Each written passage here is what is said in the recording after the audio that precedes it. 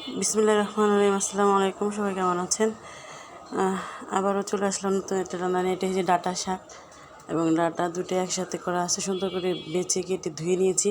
তারপর এটা কড়াইয়ে দিয়ে দিলাম পরিমাণ মতো তেল।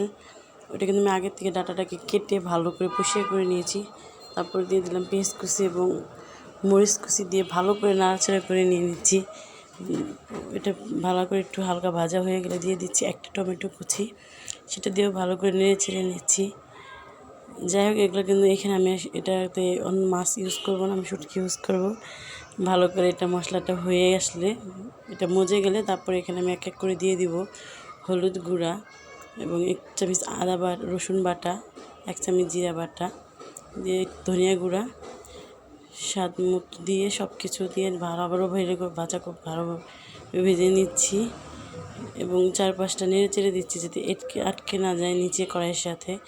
যাই হোক, মশলাটা একটু কষা হয়ে গেছে। তারপরে দিয়ে দিলাম লবণ পরিমাণ মতো, দিয়ে দিলাম একটু কষানোর জন্য পানিটা দেওয়া হয়ে গেলে এটাও আমি ভালো করে 4-5টা নাড়াচাড়া করে দেবো সুন্দর করে। এখন আমি ঢেকে দিলাম।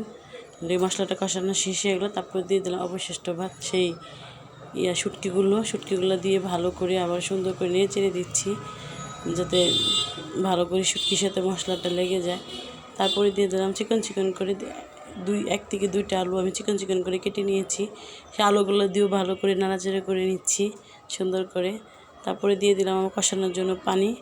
বেশি দিব না, অল্প পানি দিব এটা কষানোর জন্য, যেহেতু এটা অনেক চিকন করে কেটেছি।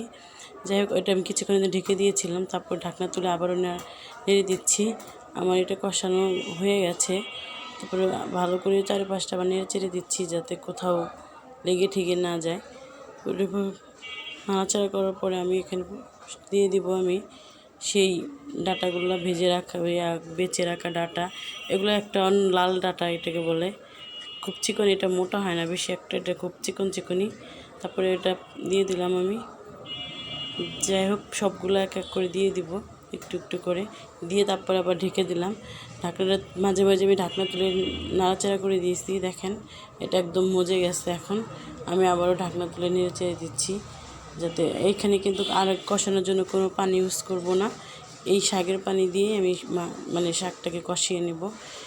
এখানে শাক আর ডাঁটা দুটোই নিয়ে নিছি, একটাও ফেলি নেই। কষানোর পর আবার আমি দিয়ে দিচ্ছি এখন ঝোলের পানি। বললামই তো যে এখানকার শাকের পানি দিয়ে এটাকে আমি সুন্দর করে কষাবো। যাই হোক, আবার ঝোলের পানি দিয়ে ঢেকে দিলাম 10 মিনিটের জন্য। আমি আবার ঢাকনাটা তুলে একটু নাড়া করে আমি আবার একটু লবণ দিয়ে দিলাম। শাকে আমি লবণ তো 2 বারই দিই। যাই হোক, দেখেন আমার শুটকির তরকারিটা হয়ে গেছে। ডাঁটা শুটকির তরকারি অনেক সুন্দর একটা কালার চলে আসছে। অবশ্যই কিন্তু কমেন্ট করবেন। ভালো থাকবেন, সুস্থ থাকবেন। সবার জন্য দোয়া এবং ভালোবাসা সবই রইল। আর যারা আমার পেজটাকে ফলো করেন অবশ্যই ফলো করবেন। আর এইভাবে ডাঁটা দিয়ে শুটকি দিয়ে রান্না করে অবশ্যই খাবেন। সবাই ভালো থাকবেন। আসসালামু আলাইকুম।